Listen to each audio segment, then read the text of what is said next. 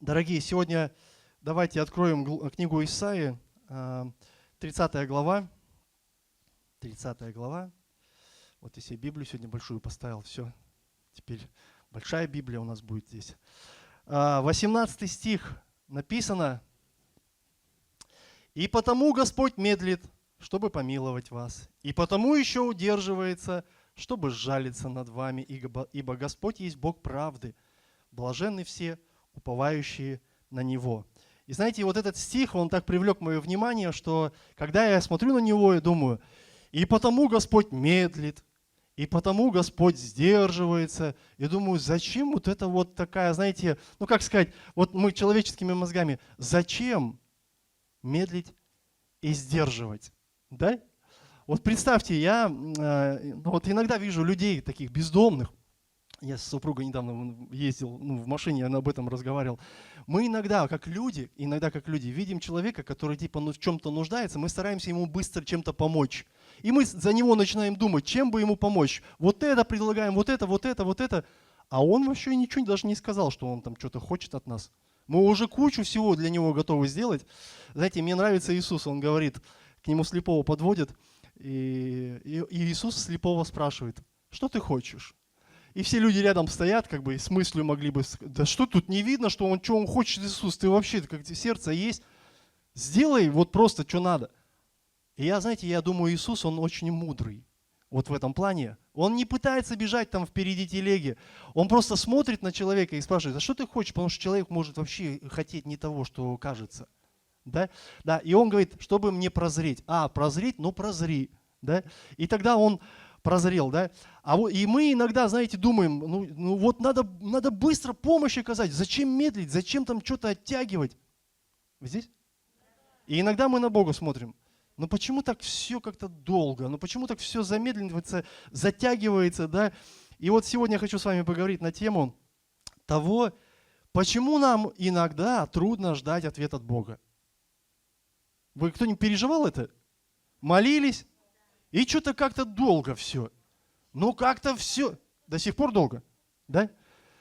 Что-то вот как-то, уже давно бы уже другой бы отреагировал по-быстрому.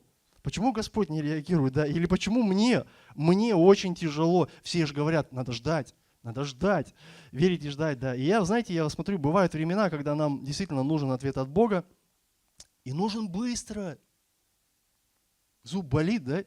Молишься. Быстро хочу, чтобы прошел.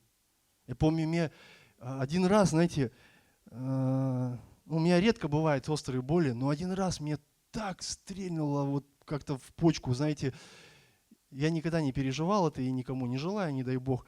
Но как стрельнуло, супруга меня прям видела, как я крутился там и на полу, и на диване, и как только я не знаю, я даже на потолок готов был запрыгнуть, лишь бы, это не болело.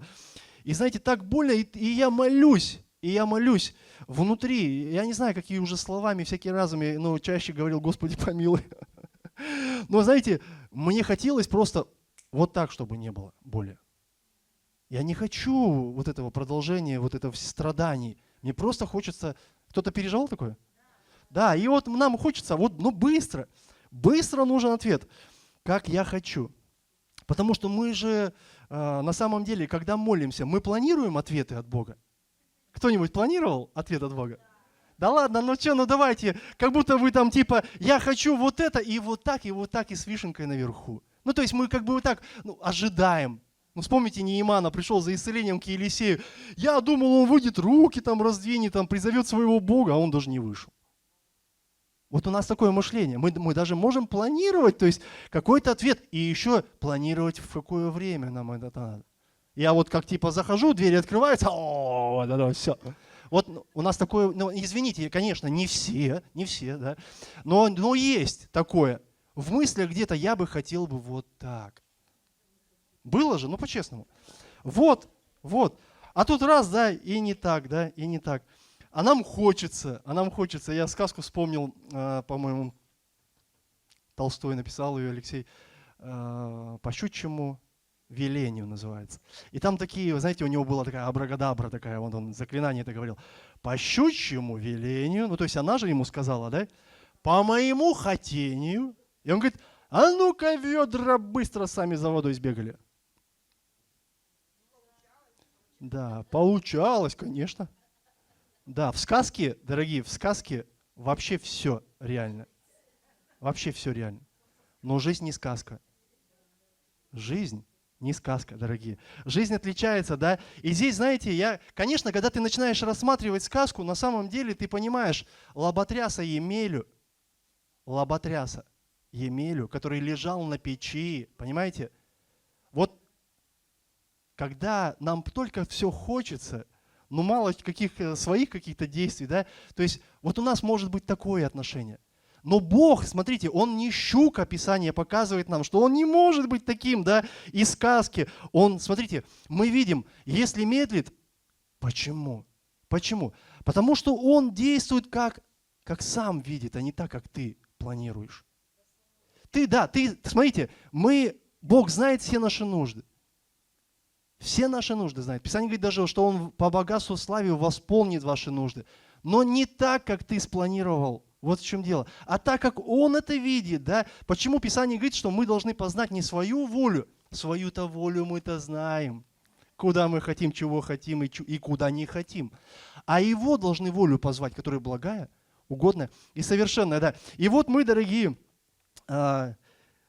смириться должны с тем, как Он это видит, да.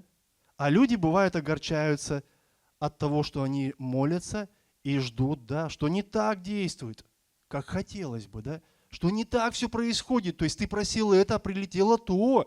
Понимаете? То есть и как планировал, то есть, ну не вот прям не твое, не по твоему плану как бы идет, да.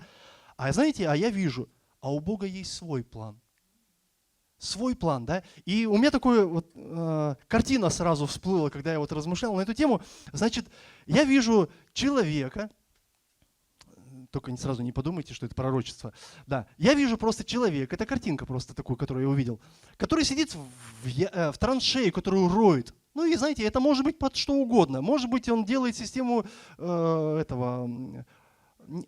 водоснабжения, там, я не знаю, там, может быть, провода прокладывает, может быть, просто вода, чтобы уходила во дворе, знаете, делают такую, как она там правильно называется, как? Ладно, да, хорошо, дренаж, так скажем.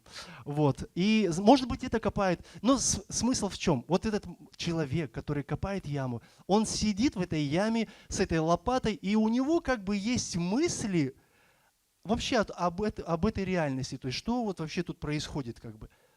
Вы понимаете, куда я клоню? То есть у него есть мысли, и часто такие мысли, дайте начальники, дайте что-то понапридумывают, какие-то ямы, там чего-то, то есть там, знаете, ну то есть, и так вот любую яму возьми, у любого человека есть всякие разные мысли вот по поводу этой ситуации. И в то же самое время я вижу, как рядом стоит здание, в котором сидит инженер, который спланировал, то есть, допустим, что здесь должно быть здание стоять какое-то или цех какой-то, да.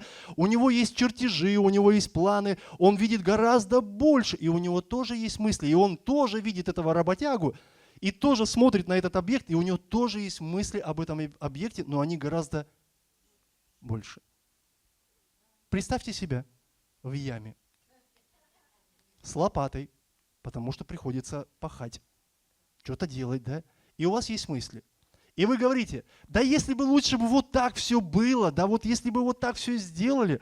А рядом сидит инженер, и он знает, как должно быть все.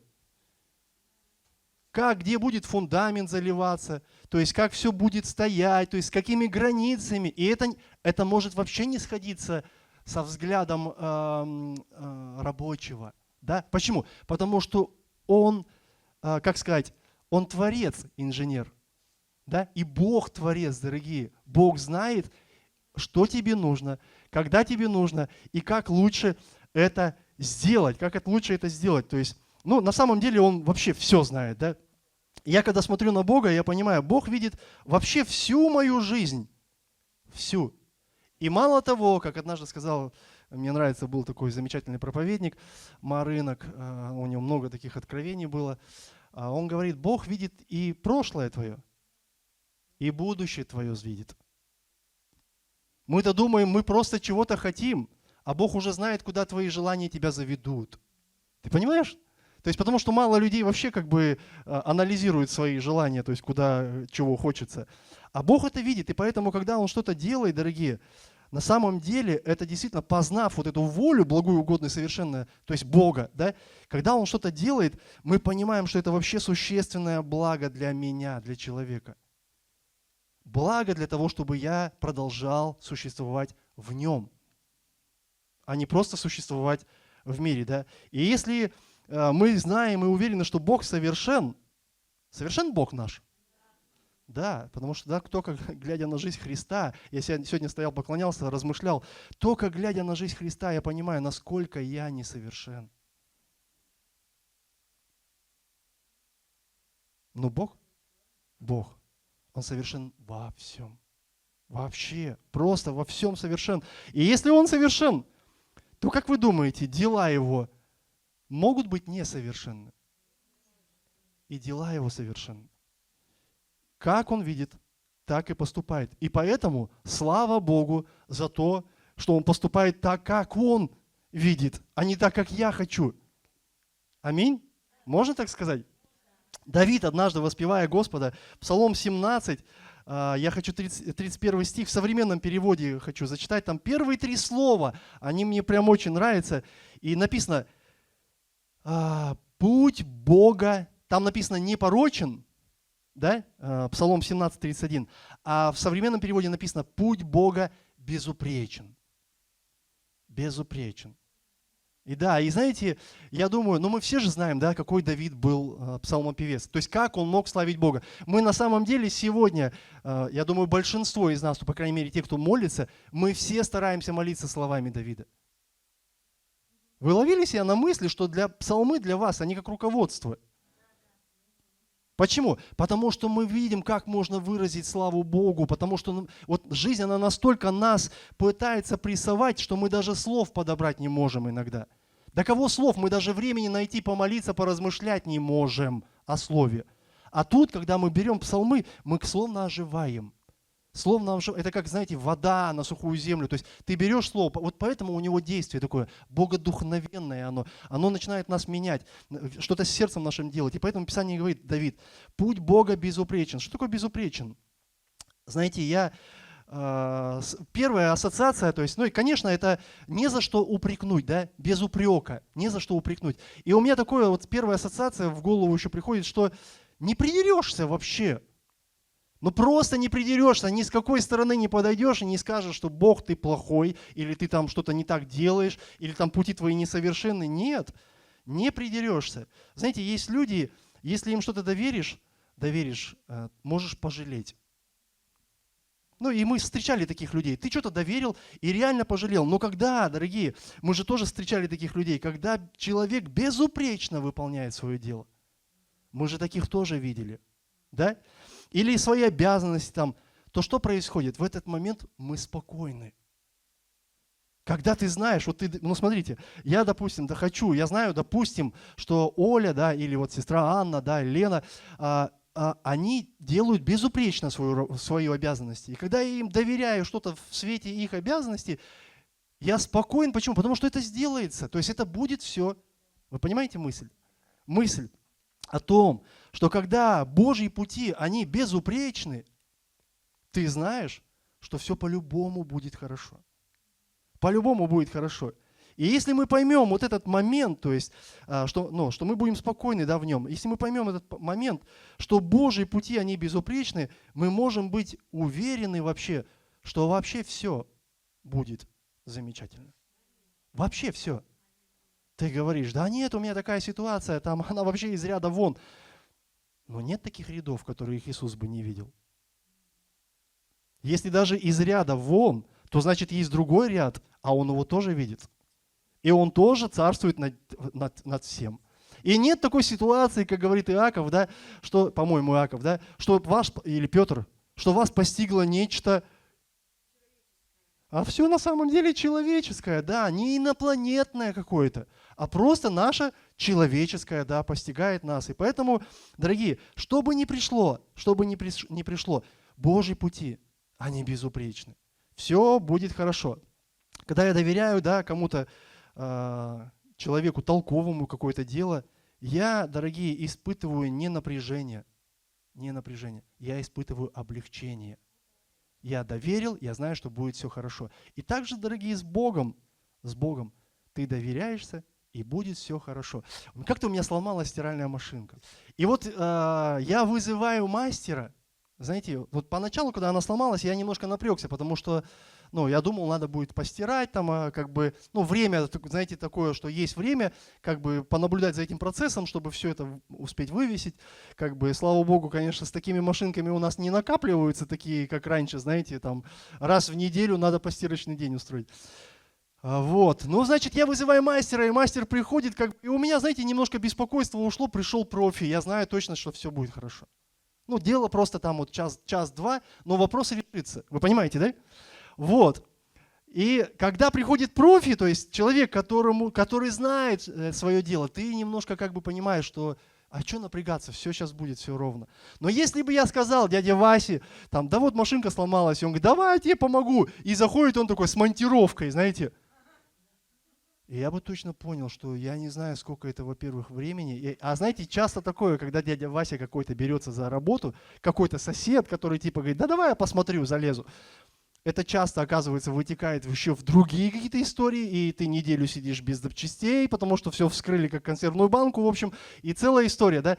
Почему? Потому что ты доверился не тому, кто безупречен, а к тому, у кого может быть на самом деле много вопросов, но ты доверился. Поэтому лучше довериться тому, кто сделает безупречно свою работу. Слава Богу, я закончил эту мысль.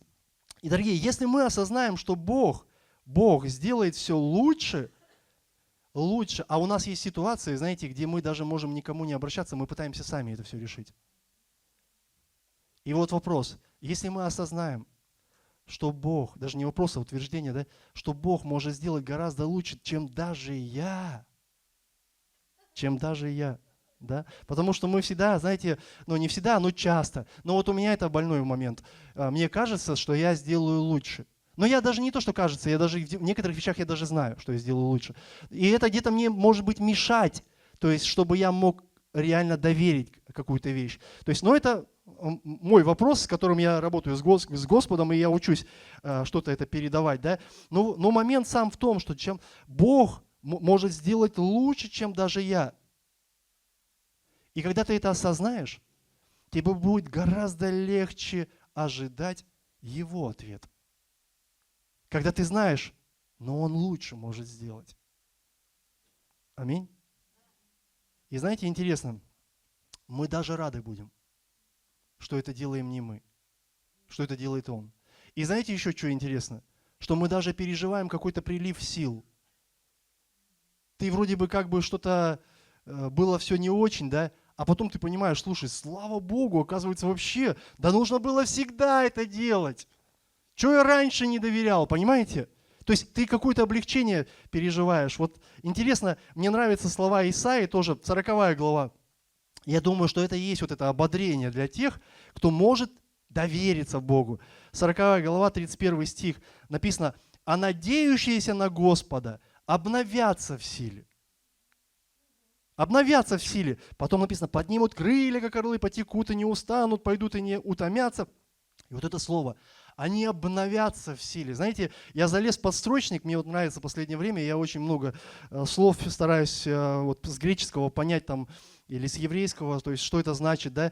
Обновятся, то есть. И я вижу, там есть такое понятие изменятся.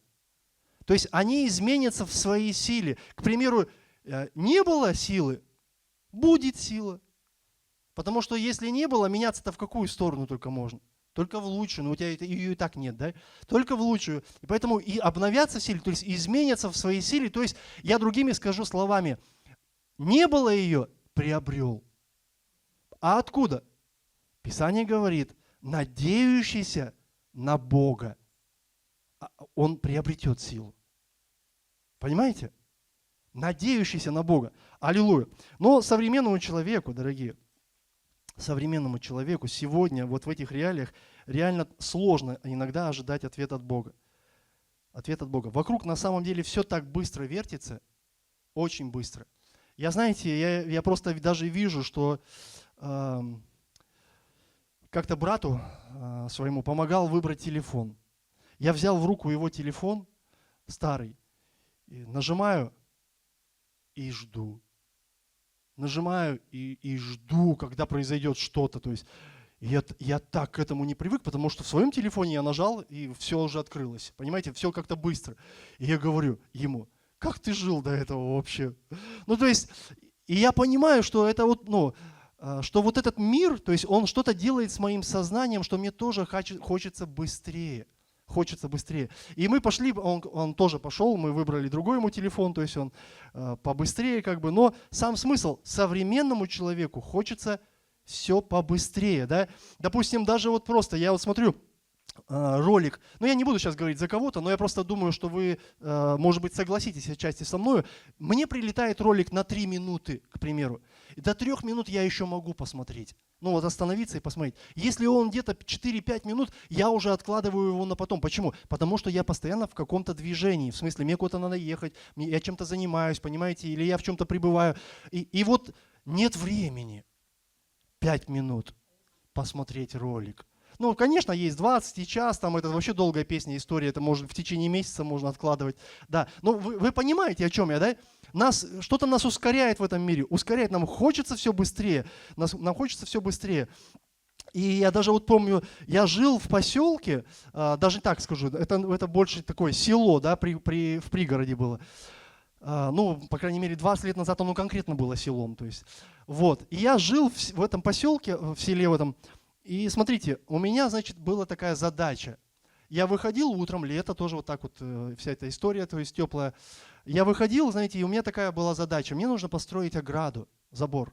И когда я своими руками выкапывал 3 ямки, кто-то понимает, да, что такое выкопать 3 ямки, то есть гравием, который там 100 лет лежал, то есть это занятие такое нелегкое. И, в общем, если я 3 ямки за день выкопал, я домой приходил и думал: слава Богу, что не одна. Счастливый. На следующий день еще 3 ямки. То есть и через, 5 дней я уже занимался конкретно оградой. То есть у меня уже все стояло. Сегодня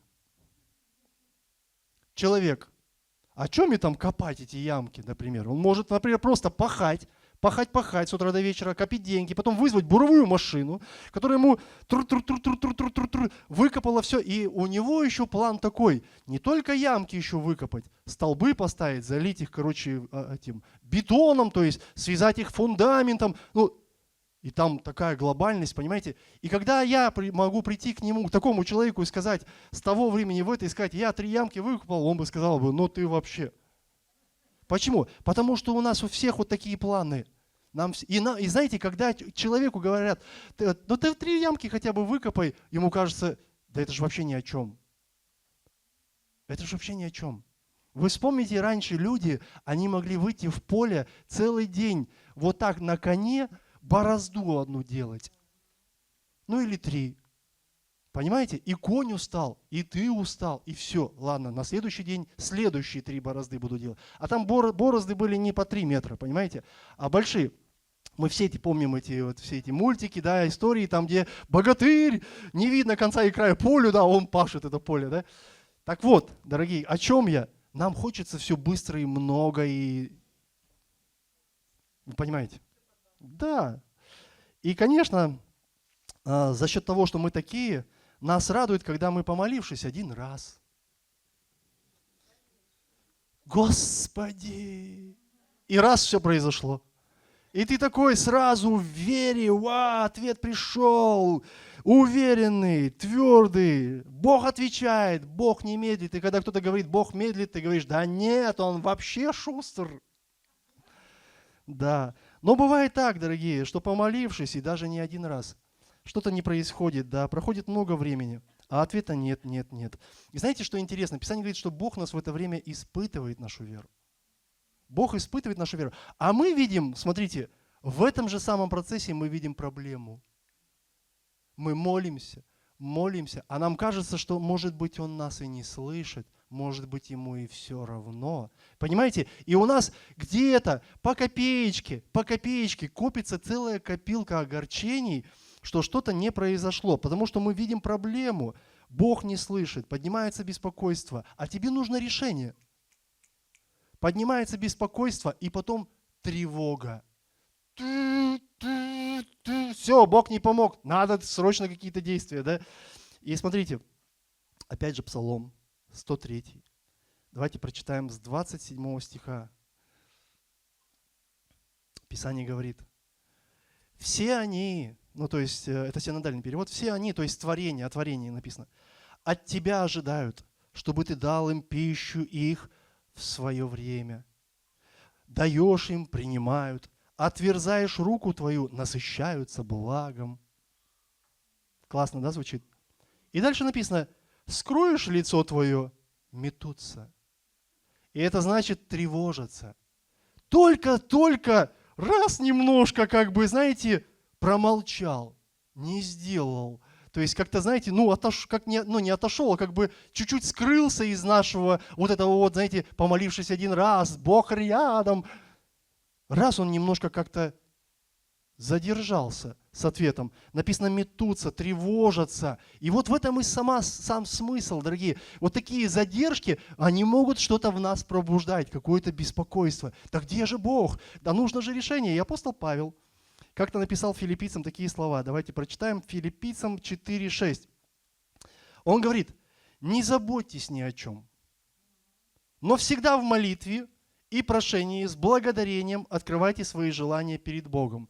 Можно сказать: так я же и так открывал, так я же и так молился. Но, может быть, ты не с верою молился. Может быть, ты ожидал все очень быстро. А может быть, ты не доверился на Него и не уповал.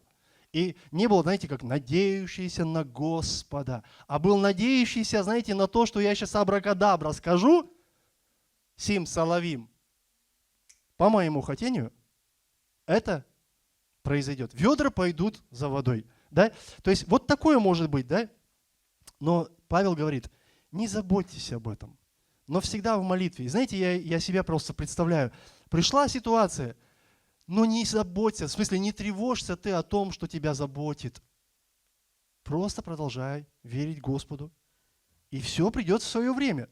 То есть займись, может быть, чем-то уже другим, то есть, не настраивайся настолько, что да где же, да когда же ты уже. Потому что, дорогие, знаете, наша тревога, она указывает на то, что у нас недостаток веры. Понимаете? Беспокойство, тревога, она показывает именно вот это. Смотрите, Луки 18 глава. Я хочу вам прочитать одну притчу Иисуса Христа. Луки 18 глава с 1 по 8 стих. Написано: сказал также им притчу о том, что должно, то есть что такое должно? Надо. Да? Должно, то есть вы должны всегда молиться и не унывать. Что такое не унывать?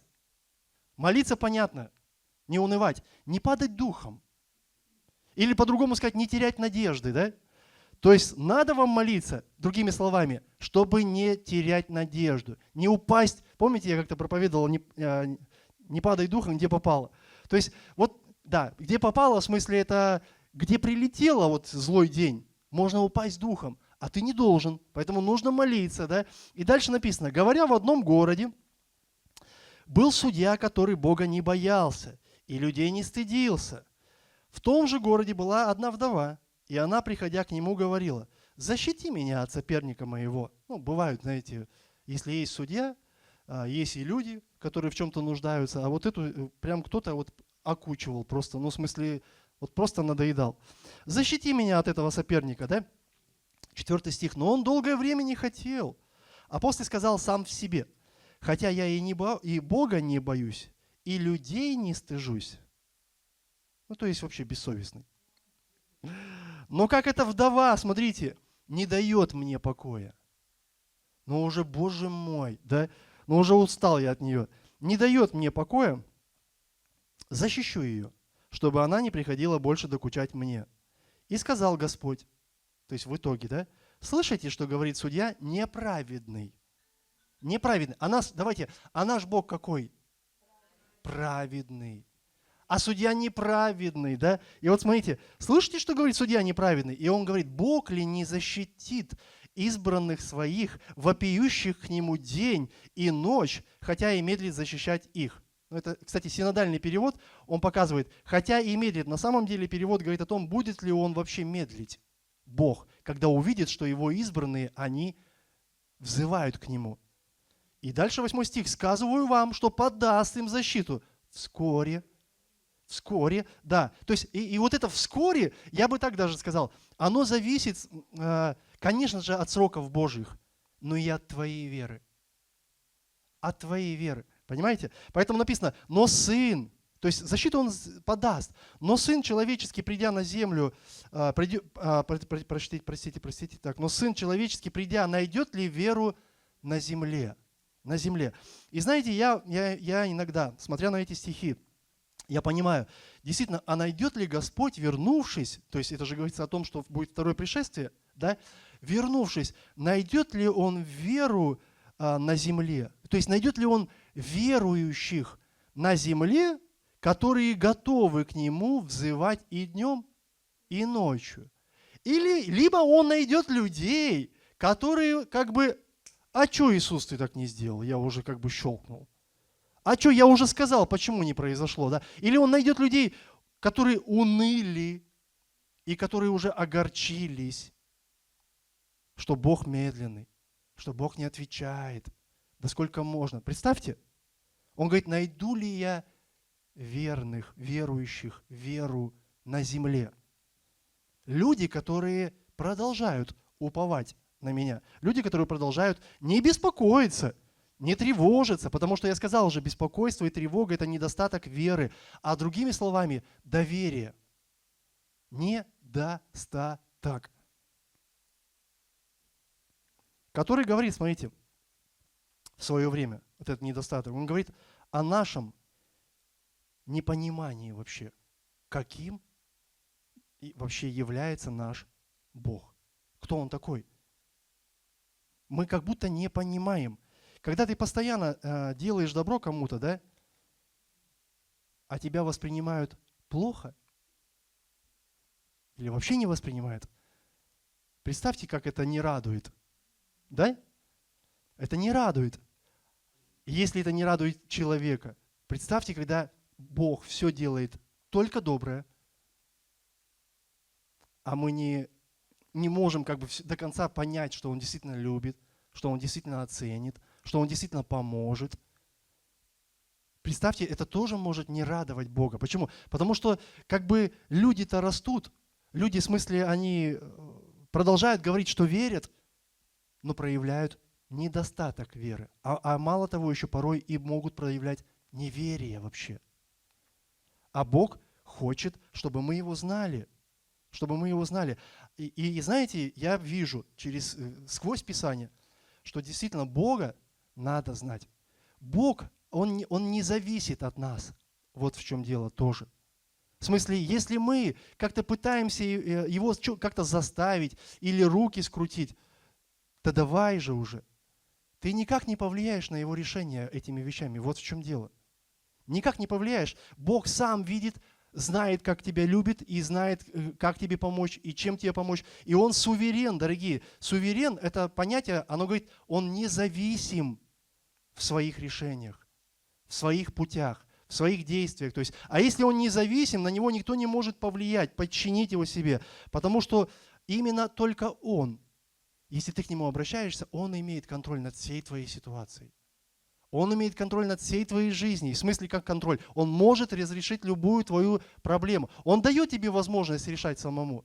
Но если ты доверишься Его решениям, Он поможет. Он поможет. Поэтому Он хочет действовать, да? И вот в нашей жизни, и вот этот факт Его независимости, то есть вот в своих действиях, да, вот Он позволяет нам на самом деле ждать ответа вот с этой внутренней уверенностью. Я молюсь, и как помните Иисус, но не моя воля, но Твоя да будет. Да, а какая, как она разовьется, с какими последствиями, поверь мне, дорогой мой, это будет во благо все равно, даже что бы ты себе не представил, что бы ты себе не спланировал, как ты хочешь ответ, Божий, он всегда лучше. Он всегда будет тебе во благо. Аллилуйя. Всегда будет тебе во благо. Внутренняя убежденность. Евреям 11 глава, 1 стих, написаны такие слова. Мы все знаем это наизусть, да. Вера же есть, что? Осуществление ожидаемого, да. Осуществление ожидаемого. То есть это вера. И я вижу, дорогие, что вера, дорогие, которая связана с верой в Бога, это проявление характера Божьего. Иисус, представляете, полностью доверился Богу Отцу. Находясь здесь, Писание, смотрите, он говорит, он поработил себя, то есть он принял образ человека, раба, то есть, да, человека принял и полностью стал зависеть от воли Отца здесь на земле. Поработил, то есть спустил себя на этот уровень, да. Даже там, в общем, есть мысль такая одна, что даже вот этим образом человека он покрыл вообще славу Божию, чтобы полностью быть как человек. Чтобы не ходить здесь, знаете, как Бог такой, весь всегда светится, рукой махнул, все произошло. То есть он покрылся человеческим вот этим образом. И Писание говорит о том, что, то есть вера же есть осуществление ожидаемого. Мы проявляем веру в Бога, дорогие, характер Бога. Почему в Писании написано, что плоды Духа, да, Галатам 5, 22, 23, там, да, что вера и долготерпение – это что? Это плоды. Духовные плоды в нашей жизни. Поэтому, когда мы проявляем веру, когда мы проявляем терпение, по сути, мы проявляем характер самого Бога. Вера же есть осуществление ожидаемого. Тебя колышет, тебя колеблет, а ты веришь. Продолжаешь верить, да? Мне нравится, смотрите, современный перевод. Вера – это твердая убежденность в том, на что мы надеемся. Твердая убежденность. У меня к тебе вопрос. Когда ты молишься, ты на что надеешься? Хорошо, слава Богу. Но ты надеешься на что? На то, что ты увидеть ожидаемое или не увидеть? Надо просто произнести эти слова, и все равно ничего никто не сделает, да? Ну, как верующий я должен произнести. Нет, вера – это твердая убежденность в том, что ты ожидаешь. В смысле ты не, смотрите, а я сразу хочу такую ремарочку сделать. Не то, что ты ожидаешь, что он выйдет, распрострет руки, призовет там имя Господа, как вот Неиман, да? А ты ожидаешь ответ. В смысле, тебе же нужен ответ, а не так, как он будет происходить пошагово. Понимаете? Что тебя больше интересует? Ответ. А не то, как там, что будет по пути. Поэтому, молясь, дорогие, мы должны уповать на Его волю, да? Мы не просим, и знать должны еще Его волю, мы не просим глупых каких-то плотских вещей, да? Мы надеемся, что ответ придет. И он придет именно тогда, когда он нам действительно нужен будет.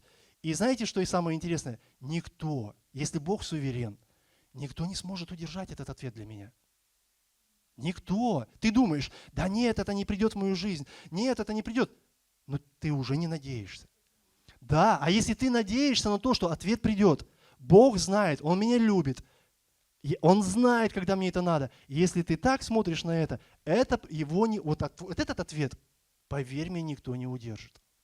Никто не удержит. Исайя 46 глава, я сегодня, Исайя. 46 глава, 10 стих. Исайя говорит, я возвестил о конце, то есть слова Божьи, да? Я возвестил о конце из начала, из древности, о грядущем. Я говорю, мой замысел устоит, все, что угодно мне, сделаю, говорит Господь. Все, что угодно мне сделаю. И вот когда мы осознаем, дорогие, это то, что мы ожидаем совершенного Божьего действия в своей жизни, когда мы осознаем, да, то у нас будет не только уверенность, дорогие, терпение, да, но еще и уверенность. То есть, потому что бывают такие, знаете, ситуации, когда тебе говорят, ну терпи, терпи, терпи. И человеку трудно терпеть, когда нет веры. Понимаете? Были ситуации, мы приходили, и нам говорят, терпеть надо, терпением наследуем, терпением там прорываемся, да. И вот веры, если нет, тяжело терпеть долго. Но когда приходит уверенность, тогда ты легко ждешь. Я пример такой еще из жизни. Раньше я часто ставил чайник на плиту. Ну, это сегодня уже там у всех там газовые чайники, ой, простите, эти электрические чайники, да? Ну, у кого-то есть газовые, вы меня сейчас поймете. Когда ты ставишь на плиту чайник, ты же четко осознаешь, что он по-любому закипит. Но если это не холодная плита. Да? С другой стороны, а вдруг у тебя вера такая, да? На холодную плиту ставишь чайник и ждешь, что закипит. Ладно, я шучу. Ты ставишь чайник на огонь, да? Ну или давайте, ладно, электрический. Ты же по-любому знаешь, что он закипит. То есть есть определенное время, то есть и он ну, как бы нагреет воду. Но сам процесс ожидания... Кстати, кто знает примерно, сколько минут закипает чайник? Ну, скажем, электрический. Нет. Больше минуты. Больше минут. Но время ожидания примерно электрического чайника около 5 минут. В среднем. То есть я сейчас не говорю супердорогие чайники там, с большим теном, да, там, или в смысле с сильным. Около 5 минут. Некоторые чайники 7 минут, да, еще тоже. Но сам смысл, вот этот процесс ожидания, смотрите, ну 7 минут чайник закипит. Вот он для разных людей, по-разному они его проходят. Люди, которые сильно сосредоточены на том, чтобы получить ответ быстро, они терпят эти 5 минут. Терпят. И смотрите, и страдают. Ну когда же уже? Вот это он, ну вчера же закипал быстрее, сейчас же уже. Понимаете, да, о чем? То есть сильно сосредоточены на этом ответе. Терпят и страдают. А верующий, тот, который четко убежден, он, в смысле, он понимает, что у чайника есть процесс, есть время, то есть, которое должно уйти. И я не знаю, знаете, я прихожу, я могу в любом месте чайник включить, даже придя там кому-то из вас, включить электрический чайник, я четко буду убежден, он закипит, но может быть не так, как мой. Понимаете, мой может через 7 минут, а ваш через 5, а может наоборот, да? Но он точно закипит, и я не сижу возле него. Я просто знаю, что это должно произойти. Вода будет горячей, то есть через какое-то время. Так вот, верующий, вот такой вот знающий человек, он тоже терпит, тоже ждет. Но Писание говорит, он молится день и ночь. Да, он не просто ждет, он молится день и ночь. И смотрите, и не беспокоится. Не беспокоится.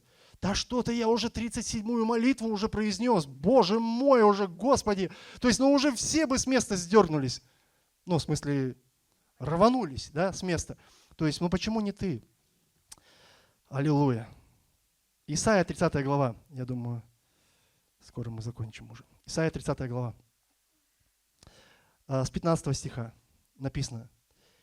Мы читали Исайя 30, 18, да? Я вот хочу чуть пораньше вам прочитать. Господь говорит, ибо так говорит Господь. Исайя 30, 15. Господь Бог, Святой Израилев написано. Смотрите, оставаясь на месте и в покое, вы спаслись бы в тишине и уповании крепость ваша. Но вы не хотели, говорит Господь. И говорили, нет, мы на конях убежим. Ну, то есть мы сейчас как бы шпоры, когда зададим, в общем, да, жару. Зато и побежите, говорит Господь. Хотите бежать? Ну, зато и побежите. Мы на быстрых ускачем. Зато и преследующие вас будут тоже быстры. От угрозы одного побежит 1000. То есть ситуация такая будет, да, маленькая, но хочется уже бежать всей семьей куда-то. Да? От угрозы 5 побежите так, что остаток ваш будет как веха. Да? Веха это такая, ну, типа палки, знаете, типа шеста, да? На вершине горы. То есть представьте, вот вершина горы, и там стоит просто палка. Такая, знаете, вот, ну или как посох воткнутый такой. Остаток ваш будет. То есть, что от вас останется? Как будто палка на вершине горы, да? Или как знамя на холме. И я, знаете, сразу представил, такой в фильмах часто показывают. Была такая война, побоище, ни одного живого не осталось, и только одно такое одинокое знамя, знаете, осталось. И вот об этом говорит Господь, да? А 18 стих написано, И потому Господь медлит. Мы-то думали, что плохо. А написано, и потому Господь медлит, чтобы помиловать вас. И потому еще удерживается, чтобы сжалиться над вами. И смотрите, ибо Господь есть Бог праведный, то есть правды, да, написано. Блаженны все, уповающие на Него. И вот знаете, я смотрю на эту историю, я вижу, мир говорит, беги, да делай уже что-нибудь, да, а Бог говорит, остановись. Остановись. Нам лучше, когда Бог, я прямо это просто чувствую, нам лучше, когда Бог нам, ну в смысле не отвечает, даже так скажу, нам лучше, когда Бог не отвечает моментально.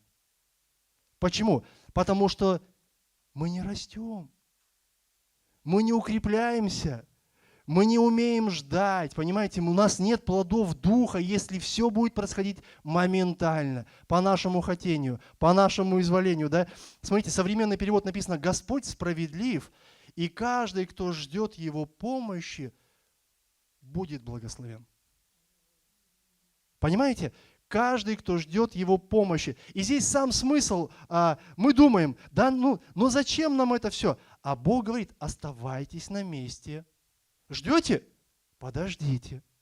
Это буквально нам говорит Бог, подождите, да, и будьте в покое, вы спаслись бы. То есть, если вы были в покое и оставались на месте. И дальше он говорит, в тишине. То есть, и вот в этой надежде, которая как бы говорит, да уже должно быть все бы быстрее решиться, да, но ты как бы еще продолжаешь надеяться. Продолжаешь надеяться. Я вспомнил Анну, которая была матерью Самуила. Все было плохо. У нее не было детей.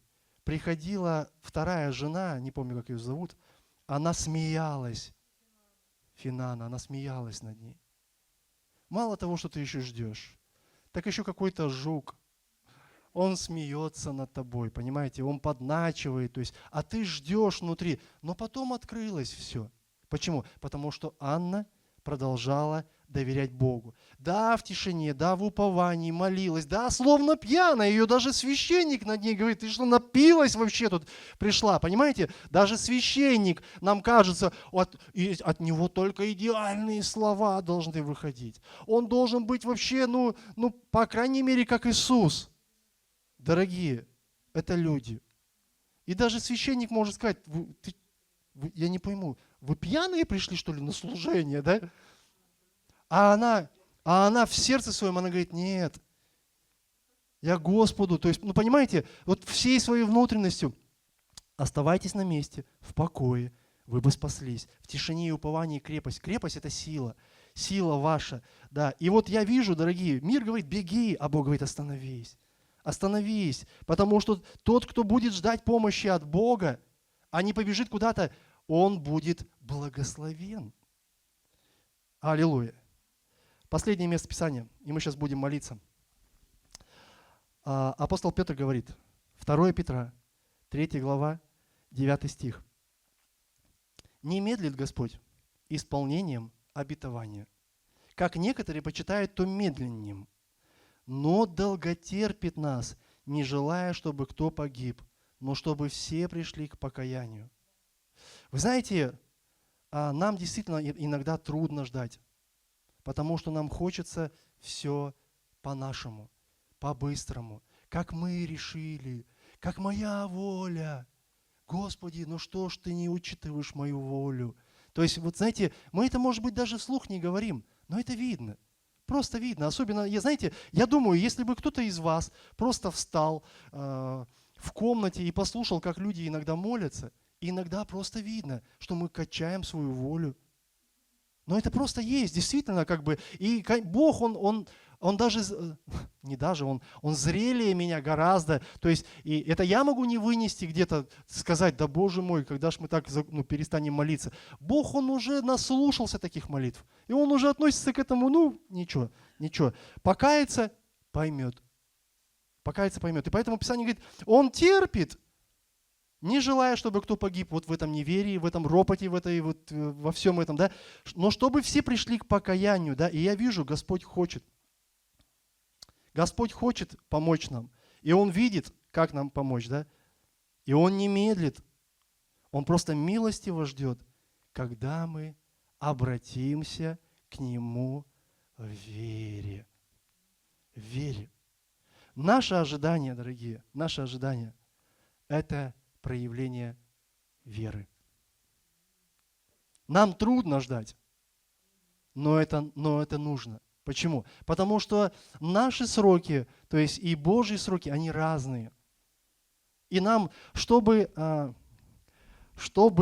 нам, как сказать, сойтись с Господом, знаете, вот бывает вот так вот, один вот здесь он носится, другой вот здесь носится, допустим, на этом уровне, к примеру, да, и чтобы вот, как правильно, синхронизировать, да, спасибо, Олег Алексеевич, чтобы синхронизация произошла, нам нужно поймать вот этот вот баланс и вместе, понимаете? То есть поэтому Бог, Он хочет нам помочь, и Он ждет, когда мы верою придем в эту синхронизацию, гармонию. И ты не унываешь, и ты там духом не падаешь, а ты просто говоришь, да, не сегодня, ну а кто знает? Да? Да, но мне кажется, что уже день прошел. Ну а кто знает? Я помню одного брата, все, мы сейчас будем молиться. Я помню одного брата, он рассказывал, он говорит, я, говорит, молюсь дома, это вечер, это Москва, по-моему. Город большой, кстати, с одного конца можно больше часа добираться в другой конец. Так вот, он говорит, я сижу дома, и у меня такое внутреннее желание, в общем, благословить одного человека. Я сейчас не буду говорить там, как это все, ну, в смысле, кого? Благословить одного человека. Оно у меня поднялось, и говорит, я хожу сюда. Конечно, я, наверное, понимаю, что он где-то, может быть, как-то, возможно, услышал где-то чего-то там, что была какая-то нужда или что, ну, не знаю. Ну, короче, вот у него внутреннее желание, все вот так вот внутри, знаете, прям ты спать не ляжешь, надо сделать. Было такое у кого-нибудь? И вот он собирается, садится в машину и поехал, в общем, за город. Приезжает, ну или там в другой конец города, приезжает, звонит в дверь, открывается, и он говорит, короче, я не знаю. Надо, не надо, вот, достает сумму денег, ложит ему в руки и говорит, короче, все, я поехал спать, все. Короче, он счастливый, едет домой, что он сделал то, что у него было вот этим побуждением. А тот человек говорит, он говорит, а я молюсь дома, уже день заканчивается, а мне деньги нужны. И я думаю, так их нету. Ну нету, я даже не знаю, где их взять. Ну, поймите, тут там не о 100 рублях и не 1000. То есть там какая-то сумма, которая была животрепещущей, так я скажем, наверное. Так вот, и он говорит, Бог ответил. А день заканчивался, так поэтому, дорогие друзья, я хочу вам сказать, Бог, Он хочет о тебе позаботиться, Он хочет сделать, то есть Он хочет отреагировать.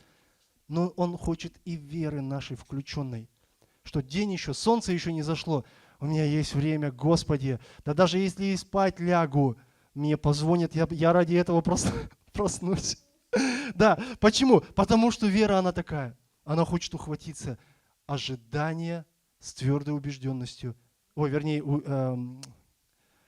уверенность, простите, вера же есть осуществление ожидаемого. Осуществление того, чего я ожидаю. Вот вера. Осуществление того, чего я ожидаю. Поэтому пусть у тебя будет не фокус на то, почему мне трудно, а пусть будет фокус на то, почему. То есть я вообще думаю об этом.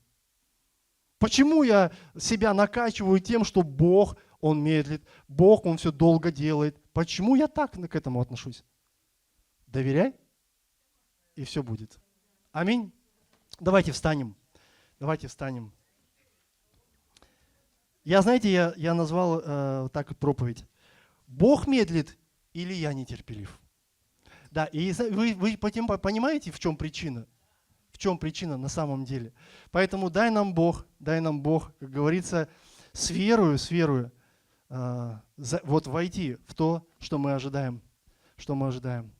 Господь Иисус, мы благодарим Тебя за этот день, Боже. Спасибо Тебе за милость, за благость Твою. Спасибо за Слово, Боже. Спасибо за, Боже, вот эту надежду, которую нам показывает пророк Исаия, Господи, через все эти пророчества, что Бог, если даже нам и кажется, что Он медлит, то это чтобы помиловать нас, Господь.